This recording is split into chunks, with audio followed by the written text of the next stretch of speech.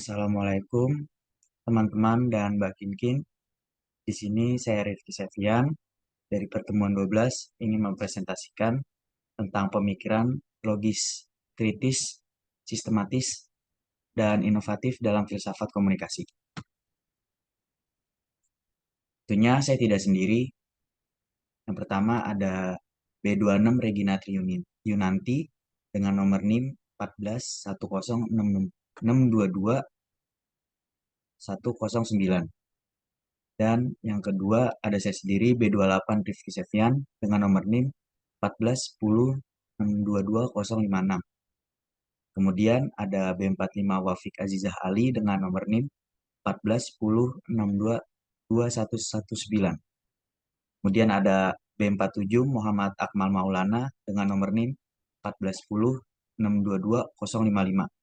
Kemudian yang terakhir ada B52 Hafiza Fatimah Rahmat dengan nomor NIM 14 10 622 2084. Oke, kali ini di pertemuan ini kita akan membahas filsafat dalam pemikiran logis, kritis, sistematif, dan inovatif dari buku karya Garnet C. Buchar. Yang pertama akan dibacakan oleh saya sendiri, latar belakang. Filsafat sebagai hasil pikir manusia memiliki modelnya, yakni filsafat spekulatif, filsafat preskriptif, dan filsafat analitik yang dikemukakan oleh Sadulo pada tahun 2007. Filsafat spekulatif yaitu cara berpikir sistematif dan mendalam mengenai segala yang ada. Filsafat ini pun bukan mencari kandungan yang tersurat dari sesuatu, melainkan ingin memahami, menemukan totalitas yang bermakna dari realita yang ada. Sementara filsafat preskriptif yaitu suatu pemikiran memberikan standar penilaian perbuatan manusia dan seni. Filsafat ini mengajarkan prinsip-prinsip perbuatan manusia yang bermanfaat, sedangkan filsafat analitik yaitu filsafat sebagai analisis logis tentang bahasa dan makna istilah. Komunikasi adalah suatu proses penyampaian informasi, pesan, ide, atau gagasan dari satu pihak kepada pihak yang lain. Agar terjadi saling mengaruhi di antara keduanya, pada umumnya komunikasi dilakukan dengan menggunakan kata-kata lisan yang dapat dimengerti oleh kedua belah pihak. Apabila tidak ada bahasa verbal yang dapat dimengerti oleh keduanya, komunikasi masih dapat dilakukan dengan menggunakan gerak-gerik badan, menunjukkan sikap tertentu, misalnya tersenyum, menggelengkan kepala, mengangkat bahu. Nah, cara seperti ini juga bisa disebut dengan bahasa nonverbal. Nah, kemudian adapun menurut Karl Hoffen, komunikasi adalah upaya sistematis untuk merumuskan secara tegas asas-asas penyampaian informasi serta pembentukan pendapat dan sikap. Hoffman pun menyebutkan bahwa komunikasi adalah proses mengubah perilaku orang lain. Sehingga manusia merupakan organisme yang terdiri dari jasmani dan rohani atau raga dan jiwa yang menyatu pada satu kesatuan. Manakala jasmani dan rohani atau jiwa dan raga telah berpisah, maka bukan lagi disebut manusia. Selain itu, manusia lahir di atas dunia tidak bisa terlepas dari peran Tuhan yang menentukannya. Manusia pun dengan akalnya mengakui ada kekuatan di luar dirinya yang menguasai jagat raya, alam semesta, sehingga manusia disebutnya makhluk Tuhan. Dikesampingkan itu, manusia sebagai individu yang unik dengan potensi akal yang dimiliki dan berkeinginan memenuhi, merealisasi kebutuhan dalam menumbuh kembangkan dan membangun eksistensi dirinya. Sehingga manusia disebutnya makhluk individu. Demikian pun tidak bisa lepas dari sumbangsih orang lain dan hidup bersamanya.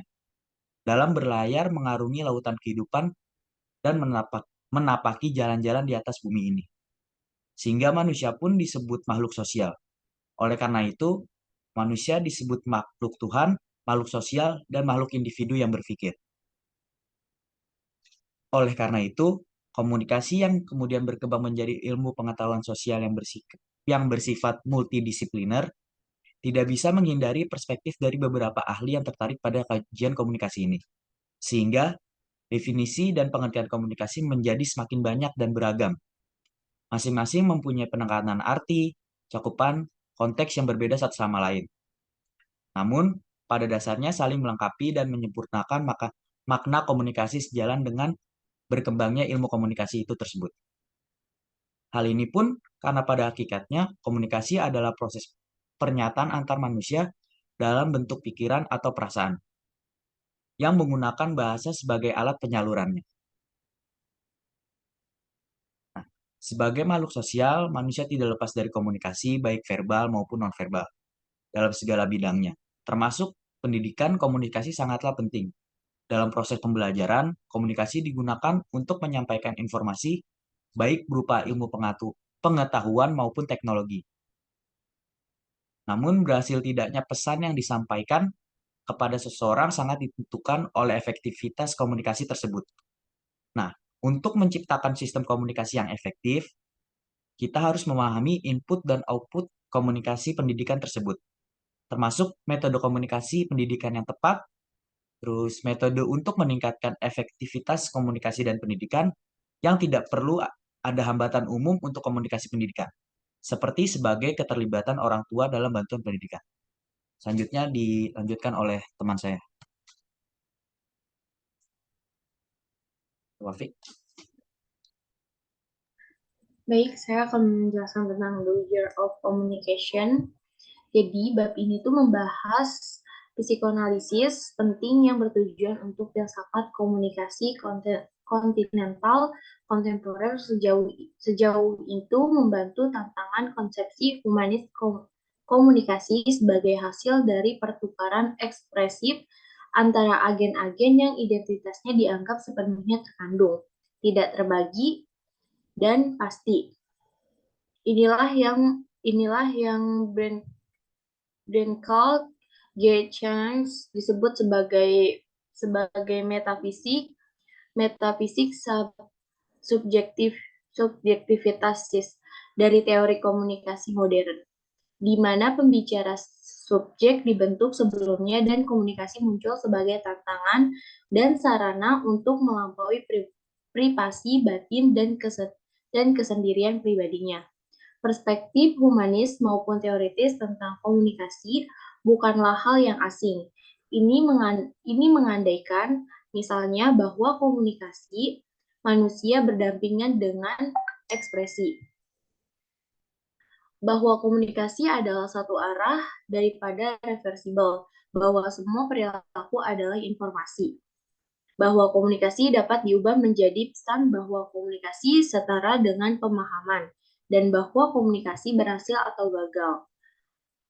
Dapat kita lihat, meskipun bahas psikoanalisis, Lancanian diinformasikan oleh dugaan humanis dan positivis tentang komunikasi. Tinjauan kritis terhadap prinsip-prinsip utamanya menunjukkan bahwa teori psikoanalitik sebenarnya konsisten dengan dan menawarkan titik masuk yang siap ke dalam perspektif kontinental kontemporer tentang ketidakstabilan dan kontingsi dalam komunikasi. Dalam konteks internal, psikoanalitik yaitu komunikasi didefinisikan sebagai hasil pertukaran di mana seorang pasien belajar untuk mengenali dampak bahasa pada sejarah emosionalnya, dan dengan melakukan itu mencoba untuk mempertajam keterampilannya dalam berbicara tentang penderitaan emosional untuk komunikat, yaitu berhasil, daripada tetap tidak berdaya dalam mengartikulasikan penyebab penderitaan. Terlepas dari jalannya untuk kosakata penerima, teori informasi klasik, bagaimanapun psikoanalisis lancaran dapat dibaca sebagai tantangan untuk anggapan tentang kepastian komunikasi atau keberhasilan dan kegagalannya. Dan status dari subjek komunikatif singkatnya ini mengungkapkan bagaimana komunikasi dapat dipahami sebagai pengalaman yang diwujudkan dari tanda-tanda, kode, dan konteks ekspresi yang membentuk identitas dan memiliki potensi yang tidak dapat diredukasi untuk merusak pekerjaan seseorang terhadap mereka, sehingga merusak fondasi teoritis dari agen ekspresif humanisme yang telah terbentuk sebelumnya. Dimulai dengan perbedaan yang berjalan di seluruh karya utama Lacan, kita bisa menariknya, bukan sebagai garis yang harus dilintasi, seolah-olah itu adalah penghalang, tetapi sebagai pembuka untuk memeriksa peran yang dimainkan oleh bahasa dan komunikasi dalam pembentukan diri. Perbedaan ini secara klasik ditarik antara dua fungsi bahasa yang disebut yang satu komunikatif, yaitu yang lainnya struktural. Perbedaan antara kedua fungsi ini dapat ditunjukkan sebagai berikut. Pada satu, bahasa dipahami sebagai media untuk transportasi dan pertukaran informasi. Dalam pengertian ini, fungsi komunikatif adalah sebagai kendaraan atau instrumen yang memungkinkan aktivitas perkodean, transmisi, penerimaan, dan informasi decoding dari biner tingkat rendah ke tingkat tinggi yang kompleks. Di sisi lain, bahasa juga dipahami sebagai sistem representasi, sebagaimana jaringan simbol-simbol terbatas yang diatur oleh aturan rekursif yang menentukan hubungan simbol satu sama lain. Sistem ini berfungsi seperti yang dikatakan Anthony Wilden, yaitu untuk membantu struktur kerepresentasi realitas, karena di mana tidak ada struktur, tidak ada gunanya.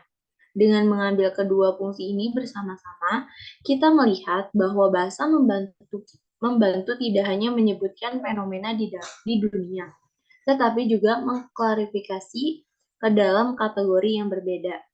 Jadi singkatnya itu bahasa membuat keteraturan untuk merasakan persepsi melalui jaringan makna yang disampaikan dalam kata-kata dan kalimat yang dihasilkan sesuai dengan aturan, dan dengan melakukan itu memberkahi dunia manusia yang hidup dengan realitas konkret, psikis, atau konseptual.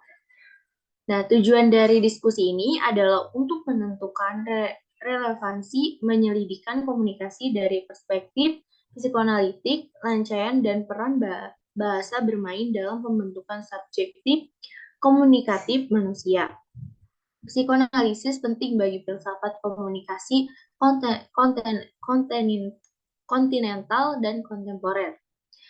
Selama ini membantu menantang konsepsi komunikasi humanis sebagai hasil pertukaran ekspresif antara agen yang identitasnya dianggap sepenuhnya terkandung, tidak terbagi, dan pasti sendiri. Inilah yang disebut Brankel G. Cheng sebagai tesis metafisika subjektivitas. Komunikasi adalah satu arah daripada reversibel bahwa semua perilaku adalah informasi.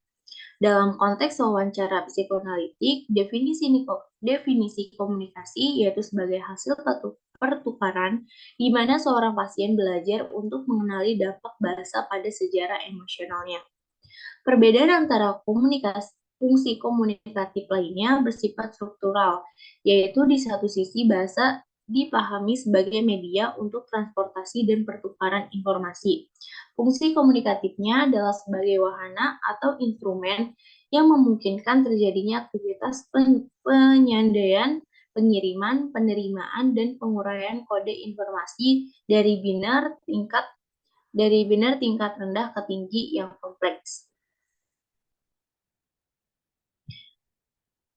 Pentingnya wawasan ke dalam fungsi metakomunikatif, bahasa ini tidak boleh dianggap sepele. Karena meskipun bahasa dapat menjadi media dan kendaraan untuk aktivitas mengkomunikasikan pengangkut ide, penciptaan makna, ekspresi pengalaman, dan sebagainya, justru karena bahasa mengkomunikasikan dirinya sendiri bahwa suatu jalur adalah terbuka untuk kehidupan psikis. Fungsi editor sangat penting untuk praktik psikoanalitik, karena apa yang dikatakan pasien dalam konteks itu mungkin tidak selalu sama dengan apa yang dikatakannya. Berbicara dan mendengarkan dalam psikoanalisis singkatnya adalah wawancara dalam perjalanan ke pemahaman pribadi pentingnya. Bahasa bawah sadar untuk persepsi sadar pengalaman fenomenal. Dan yang selanjutnya,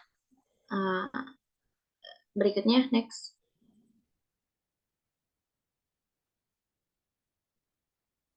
Nah, selanjutnya itu tentang the brain of language and law of communication.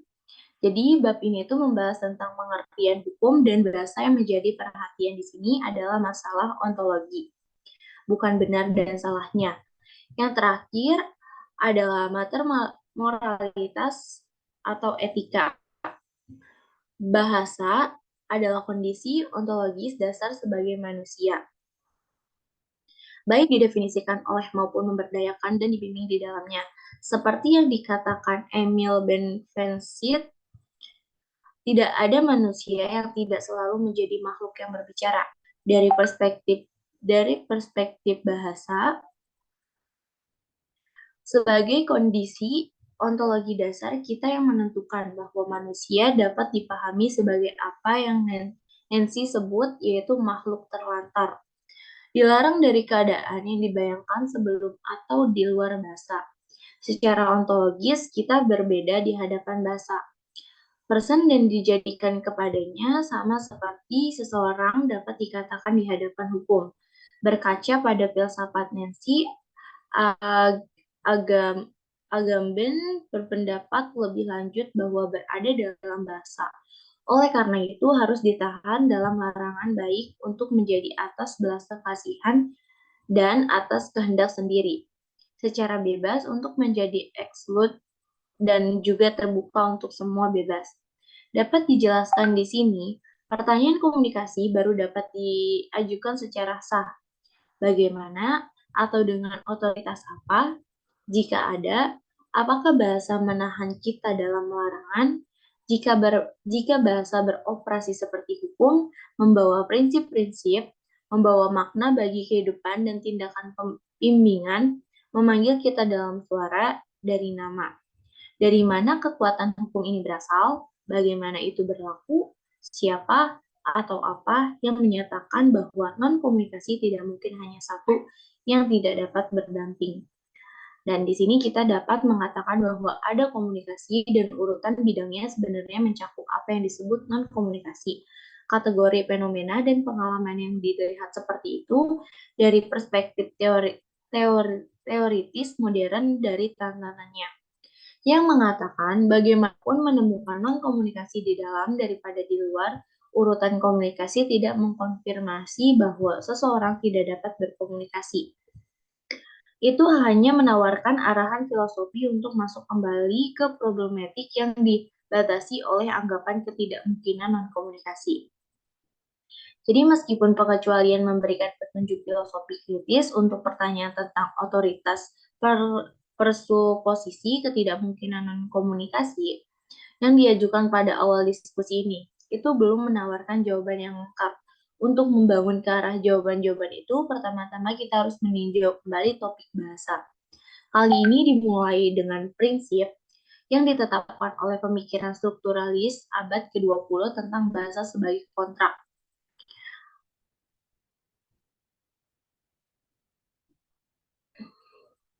Performatif menggantikan hubungan denotatif antara ucapan dan fakta, hubungan referensial diri yang menempatkan yang pertama keluar dari permainan, menempatkan dirinya ke depan sebagai fakta yang menentukan.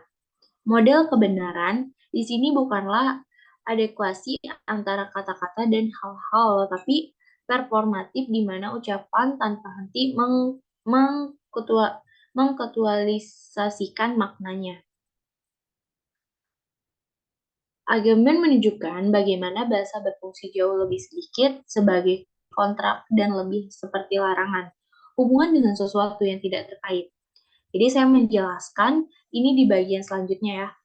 Secara struktural dengan cara yang sama bahwa tidak ada kontrak sosial yang melembagakan komunitas human dengan mengangkatnya dari keadaan alam sebelumnya yang kacau.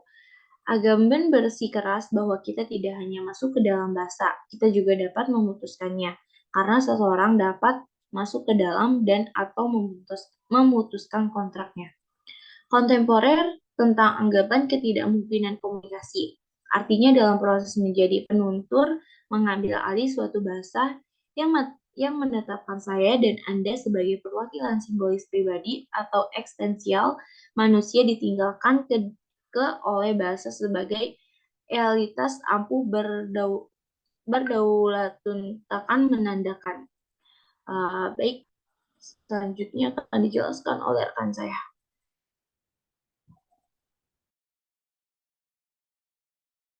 Baik, untuk Akmal.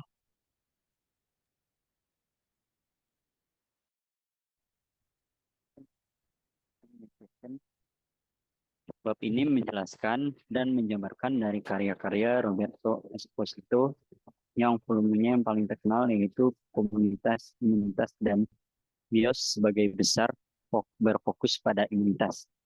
Inti dari trilogi di atas, karena analisis kebalannya yang kuat dan provokatif sebagai perangkat konseptual yang menunjukkan Esposito telah menjadi penentu hari ini dalam bagaimana kehidupan manusia dan non-manusia dirasakan.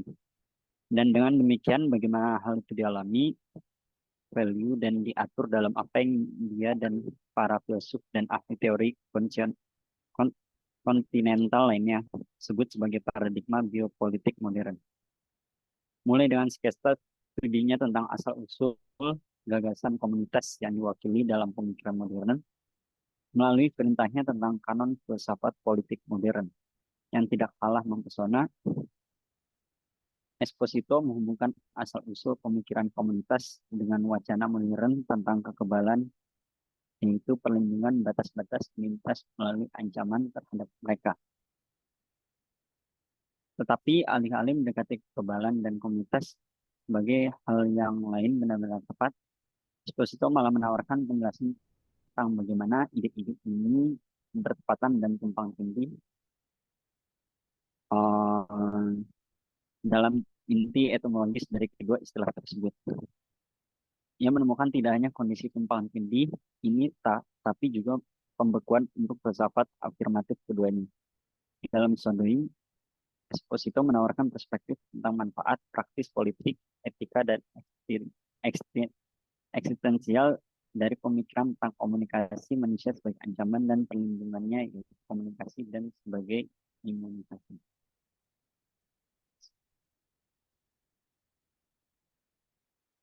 Perspektif Esposito tentang konsep dan fungsi kekebalan menambah wawasan tentang semiotika, logika, tanda, dan fenomenologi pengalaman hidup dari identitas komunikasi membuat border. Ini membantu kita memahami komunikasi sebagai nama ambang batas antara diri sendiri dan orang lain, kita dan mereka di dalam dan di luar, di mana ancaman dan perlindungan perbatasan identitas terjadi.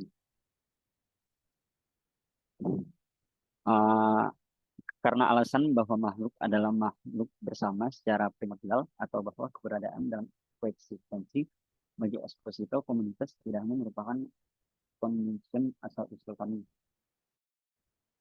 tapi juga mendahulunya secara ontologis dengan fakta bahwa kami selalu ada bersama di sisi lain. Dan secara paradoks, komunitas tidak dapat wujudkan ini karena seperti yang dikenakan Esposito, komunitas bukanlah substansi atau atribut titipan ringkasan dari komunitas menangkap poin ini. Komunitas bukanlah entitas atau apakah itu subjektif kolektif atau totalitas subjek, melainkan hubungan yang membuat mereka bukan lagi subjek individu karena membentuk mereka dari identitas.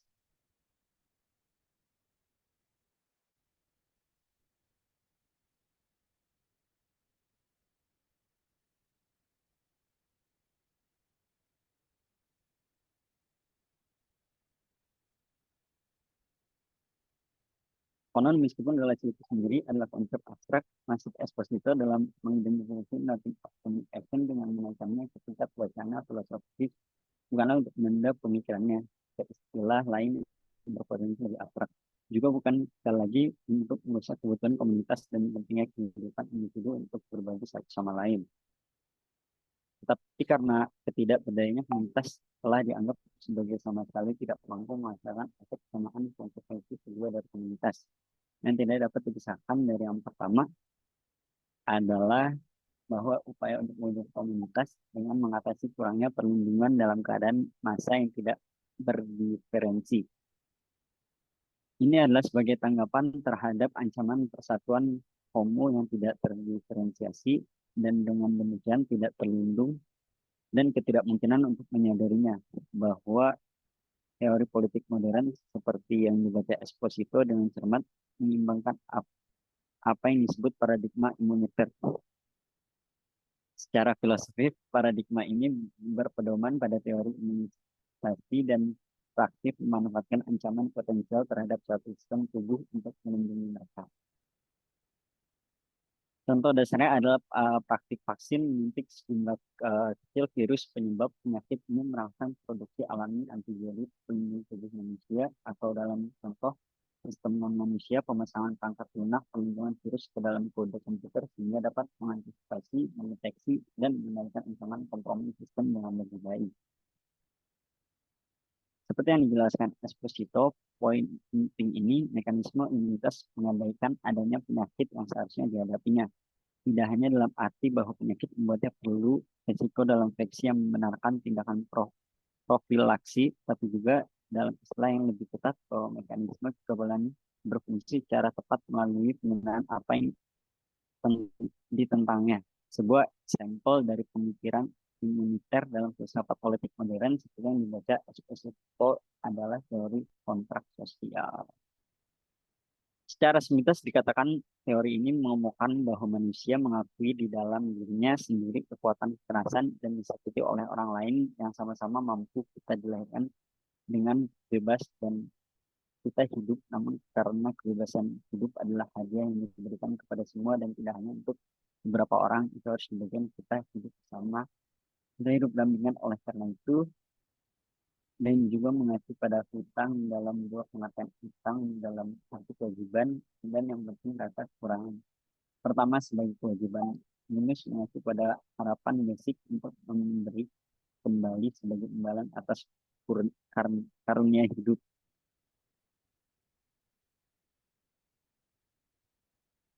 Body as index. Bab ini membahas batas identitas dari tubuh komunikatif, untaian gagasan tentang bahasa diri dan lainnya. Subjektivitas body as index.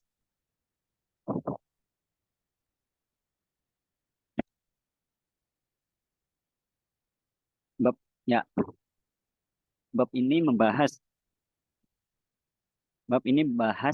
batas identitas dari tubuh komunikatif, untaian gagasan tentang bahasa diri dan lainnya. Subjektivitas komunitas dan komunikasi dan kekebalan yang dikembangkan di bagian-bagian sebelumnya dari buku ini. Berdalam hubungan dengan filsafat of being, Miss Nancy meskipun terkenal karena tulisan-tulisannya tentang komunitas yang dikembangkan selama seluruh karirnya, yang juga telah menulis secara ekstensif tentang topik perasaan sastra seni media yang paling bersemangat perwujudan manusia.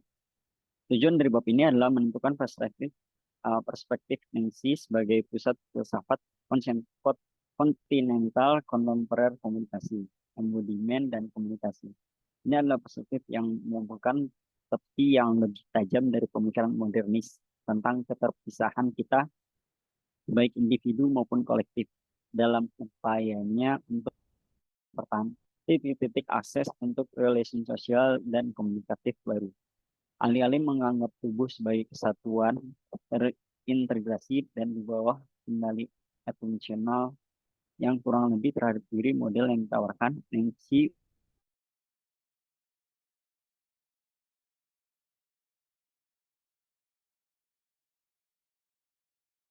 oleh Bapak cukup panjang. Untuk filsafat komunikasi kontemporer, dia berpendapat karena dalam mempertanyakan wacana tentang pertahanan tubuh, totalitas, dan integritas, Nancy menantang kita untuk menghadap ketika tidak harus memesan batas-batas lintas dalam paparan kita terhadap perbedaan. Untuk mendukung tesis itu, bab ini melibatkan dua tema. Pertama, tubuh sebagai indeks didefinisikan sebagai ukuran dan sebagai datar, dan kedua, waktu mondar-mandir dari makhluk yang diwujudkan keterbukaannya, atau apa yang disebut paparan beberapa di mana Pentingnya korpus untuk filsafat konvensional kontemporer adalah ruang lingkup ontologis yang ditawarkannya untuk mengembangkan komunikasi manusia. Fokus yang di bawahnya pada pemaparan menjadi memperluas perspektif kita tentang kurangnya konstitusi wellness dari apa yang kita sebut identitas. Kurangnya atau cacat dalam cangkang subjektivitas yang membuat kita umum berkenan dengan pemikiran tentang komunikasi manusia, komunitas, dan makhluk yang diwujudkan.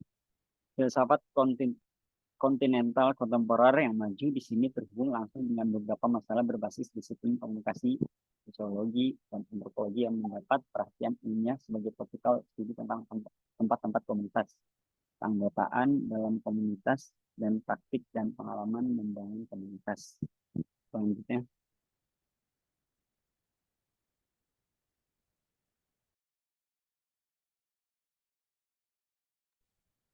Baik, di sini saya akan membacakan What Remains to be Taught Community or Being With. Bab ini membahas tentang memikirkan apa yang akan terjadi pada keberadaan kita bersama, yang berarti keberadaan kita itu sendiri.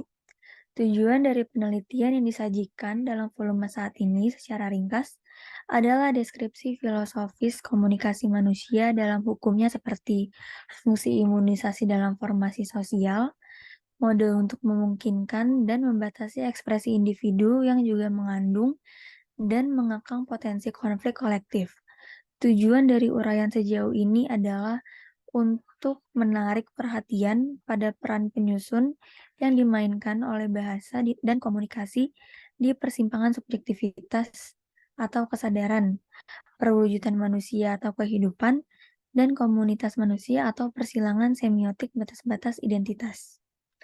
Filsafat sentuhan Nancy komplements teori komunikasi batas yang berfungsi sesuai dengan logika. Untuk mengulangi poin yang dibuat sebelumnya dalam buku ini, batas adalah bagian dari dan berbeda dari konteks yang ditandainya, tidak sepenuhnya di dalam maupun sepenuhnya di luar. Ini beroperasi sebagai suatu peraturan tidak nyata atau imajiner tetapi simbolis. Batas-batas menetapkan hubungan pilihan. Oleh karena itu, kemungkinan komunikasi dalam konteks tertentu, dalam kasus komunikasi manusia, batas-batas melembagakan ruang dan diatur oleh kode semiotik muncul paling mudah kadang-kadang setiap kali mereka dilanggar. Ini karena manusia adalah makhluk semiotik yang diwujudkan dan tubuh adalah menurut Nancy sesuatu yang merupakan eksposisi.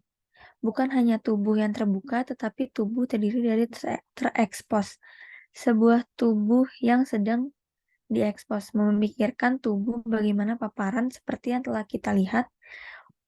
Untuk memahaminya secara semiotik fenomenologis sebagai korpus dengan beberapa batas-batas dan keterbukaan untuk berbagai konfigurasi. Sistem tanda nonverbal yang dialami di zona ruang dan waktu sebagai penglihatan, gerak, sentuhan, suara, dan bau. 3 dari sistem ini sangat relevan dengan diskusi saat ini. Yang pertama adalah kinesik, sistem semiotik yang berkaitan dengan pergerakan tubuh manusia seperti yang dirasakan secara visual kesadaran berdasarkan melihat tubuh. Contoh adalah gerakan kepala dan wajah dalam konteks interaksi pribadi dan intim. Gerakan tubuh yang dapat dikodifikasikan dalam sistem kode profil perilaku, dan pentingnya gerakan tubuh dalam konteks kerja serta dalam konteks estetika performance. Sistem semiotik utama kedua yang relevan dengan tujuan saya adalah haptics, yang menyangkut komunikasi melalui kontak tubuh, kesadaran akan kesadaran yang diwujudkan berdasarkan ekspresi dan persepsi tubuh yang menyentuh. Contohnya termasuk kontak dan non-kontak dalam konteks publik, intensitas kontak, dan durasi dan lokasinya, yang semuanya diinvestasikan dengan makna dan sangat diatur oleh aturan kesesuaian moral. Sistem semiotik ketiga adalah vokalik, yang menyangkut produksi suara-suara sebagai sistem komunikasi yaitu kesadaran akan kesadaran berdasarkan pendengaran. Poin penting kedua yang perlu ditekankan tentang sistem kode kinesik, haptik, dan vokalik adalah fokus analitik yang mereka bawa ke reversibilitas komunikasi manusia. Ini sangat penting. Kita biasanya tag begitu saja bahwa kesadaran seseorang akan dunia diperoleh di perusahaan orang lain. Namun fenomenologi semiotik menekankan hubungan antara tubuh dan jiwa atau ego sebagai apa yang menstabilkan reflektif seseorang yang memperhatikan apa artinya menjadi seseorang untuk orang lain serta untuk diri sendiri.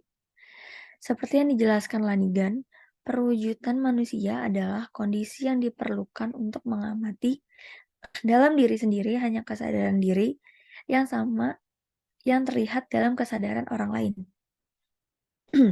Perlu dikutip ringkasan teknis Henry tentang hubungan antara ego atau diri dan lainnya dalam fenomenologi Husserl. Semua yang berkembang setelahnya telah membentuk penyelidikan sosiologis, antropologis, dan komunikasi ke dalam interaksi simbolik manusia. Langkah ketiga dalam analisis adalah hermeneutika, yaitu interpretasi reduksi.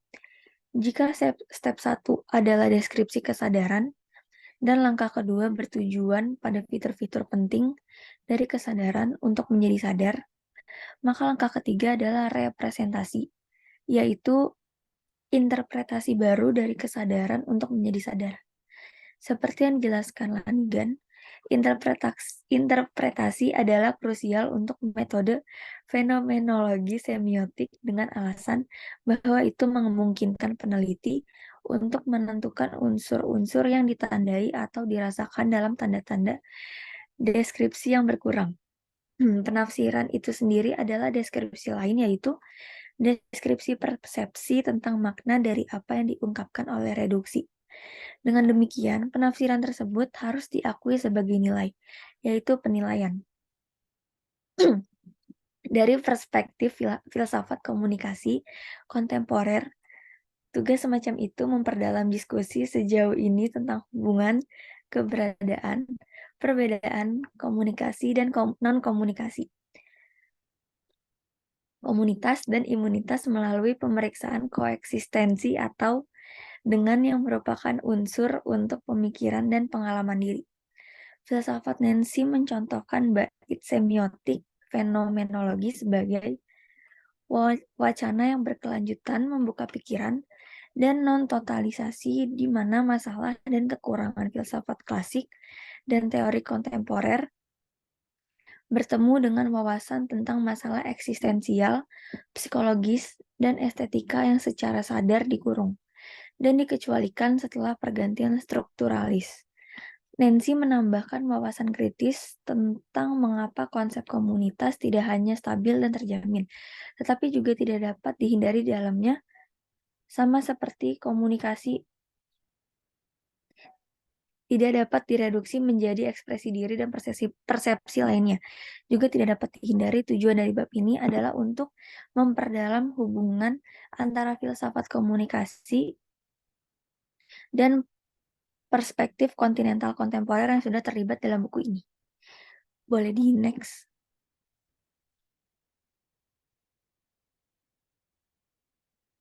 Di sini ada studi kasus. Studi kasus polemik kesalahan penggunaan kata anjay yang menuai pro dan kontra. Penggunaan kata ini masih ramai dibicarakan pada saat ini karena masih menuai pro dan kontra. Jika dalam pengucapan yang tidak sesuai, situasi dan kondisi dapat menyebabkan perselisihan kedua belah pihak. Seperti contohnya dalam kasus penggunaan kata tersebut. Perbincangan soal kata anjay diketahui ramai setelah seorang YouTuber bernama Lutfi Agizal merasa miris ketika mendengar anak-anak Indonesia berbicara dengan kata itu. Oleh karena itu, ia menggugat ke Komnas Anak dan KPAI agar kata tersebut dikaji ulang seperti yang sudah dilansir pada Kompas pada tahun 2020 silam. Komisi Nasional Perlindungan Anak atau Komnas PA melakukan seruan penggunaan kata anjay yang dinilai dapat merendahkan martabat seseorang yang termasuk dalam kekerasan verbal dan dapat dipidanakan. Berdasarkan kasus di atas, kita dapat mengetahui komunikasi harus disampaikan secara tepat agar tidak terjadi salah pengertian yang dapat menimbulkan perselisihan walaupun untuk menyampaikan maksudnya terlebih dahulu, untuk melihat pribadi orang tersebut, siapa yang berbicara dan kepada siapa ia berbicara. Jika digunakan secara untuk menjelekkan seseorang, maka itu akan menimbulkan konotasi negatif dan menimbulkan rasa yang kurang menyenangkan. Boleh di next.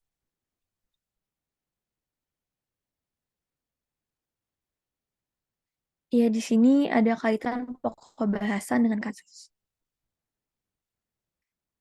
Kata anjay adalah sebuah istilah lain dari kata kasar, tetapi ada juga yang memiliki pendapat bahwa kata tersebut mempunyai arti yang keren bila memuji sesuatu. Arti kata anjay merupakan bagian dari bahasa gaul kreasi anak muda pada generasi milenial. Bisa dikatakan bahwa kata tersebut adalah bagian dari bahasa gaul yang digunakan sebagai simbol yang bermakna kekaguman. Jadi kaitan antara studi kasus ini dengan bab The Band of Language and Law of Communication, yaitu kata anjay merupakan bagian dari bahasa gaul yang tidak hanya merupakan hujatan karena menyinggung martabat seseorang. Namun kata ini juga dapat digunakan sebagai sapaan untuk menyatakan kekaguman terhadap sesuatu yang dianggap luar biasa. Seperti pandangan Giorgio Agamben yang menunjukkan bagaimana bahasa berfungsi jauh lebih sedikit seperti kontrak dan lebih seperti larangan atau hubungan dengan sesuatu yang terkait. Selanjutnya bisa dibacakan oleh rekan saya.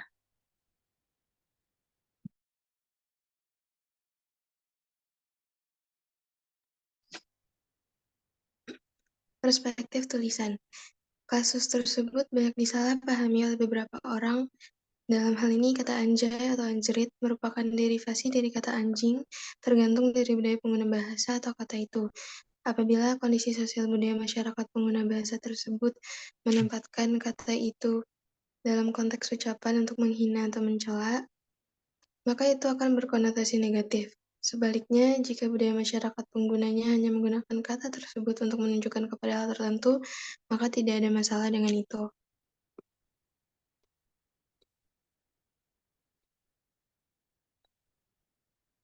Next.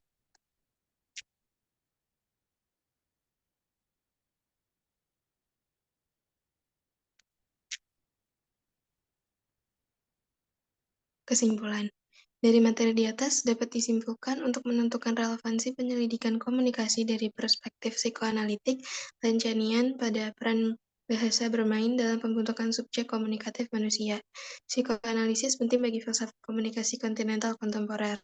Lalu, The Band of Language and Law of Communication adalah dampak warisan psikoanalisis Lancanian pada konsepsi modern tentang diri, menjelaskan setidaknya secara filosofis sebagian kegigihan dalam pemikiran komunikasi modern tentang anggapan bahwa komunikasi manusia tidak dapat terjadi.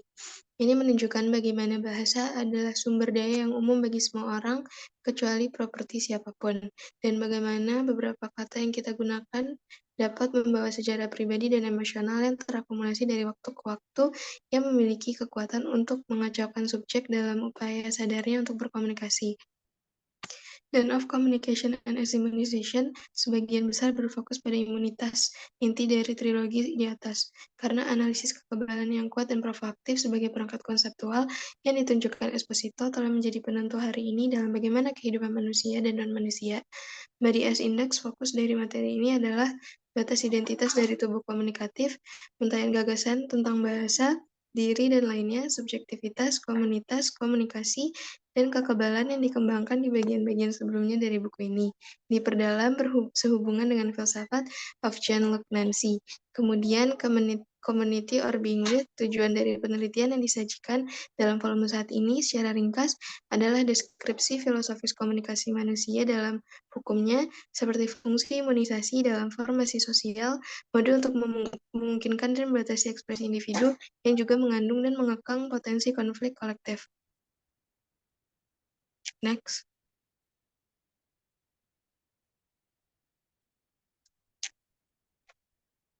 Sarannya, fokus saja membangun pola pikir masyarakat yang lebih edukatif supaya tidak merundung, menghina, mencaci maki, atau berkata tidak pantas kepada orang lain. Melanggar itu tidak akan membawakan hasil, lebih baik mengedukasi. Mengingat bahwa kata tersebut tidak mempunyai arti resmi dalam KBBI, jadi dilarang oleh hukum adalah penggunaan kata anjay apabila disampaikan dalam konteks kalimat yang maknanya mengandung unsur kekerasan. Pengguna kata anjay yang bertujuan untuk merendahkan martabat dan mengandung unsur kekerasan akan mendapat hukuman berdasar pasal 80, Junction pasal 76, CUU 35 tahun 2016 tentang perlindungan anak di mana pidana penjara paling lama adalah 3 tahun, 6 bulan atau denda Rp72. Sementara apabila penggunaan kata anjay dilakukan melalui media sosial, penutur akan mendapatkan hukuman sesuai pasal 45 Junction pasal 27 ayat 3 Undang-Undang 19 tahun 2016 di mana pidana paling lama 4 tahun dan atau denda paling banyak Rp750.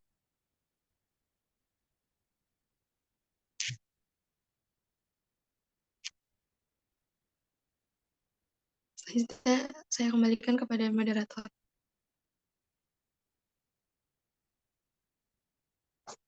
Oke, baik. Akhirnya kita sudah di ujung presentasi. Ada poin yang dapat diambil dari kasus di atas, yaitu kita dapat harus menggunakan bahasa dengan situasi kondisi, dengan melihat lawan bicara kita yang kita ajak berkomunikasi agar tidak terjadi salah pengertian. Baiklah, sekian dari kelompok 9. Kurang lebihnya mohon maaf. Wassalamualaikum warahmatullahi wabarakatuh.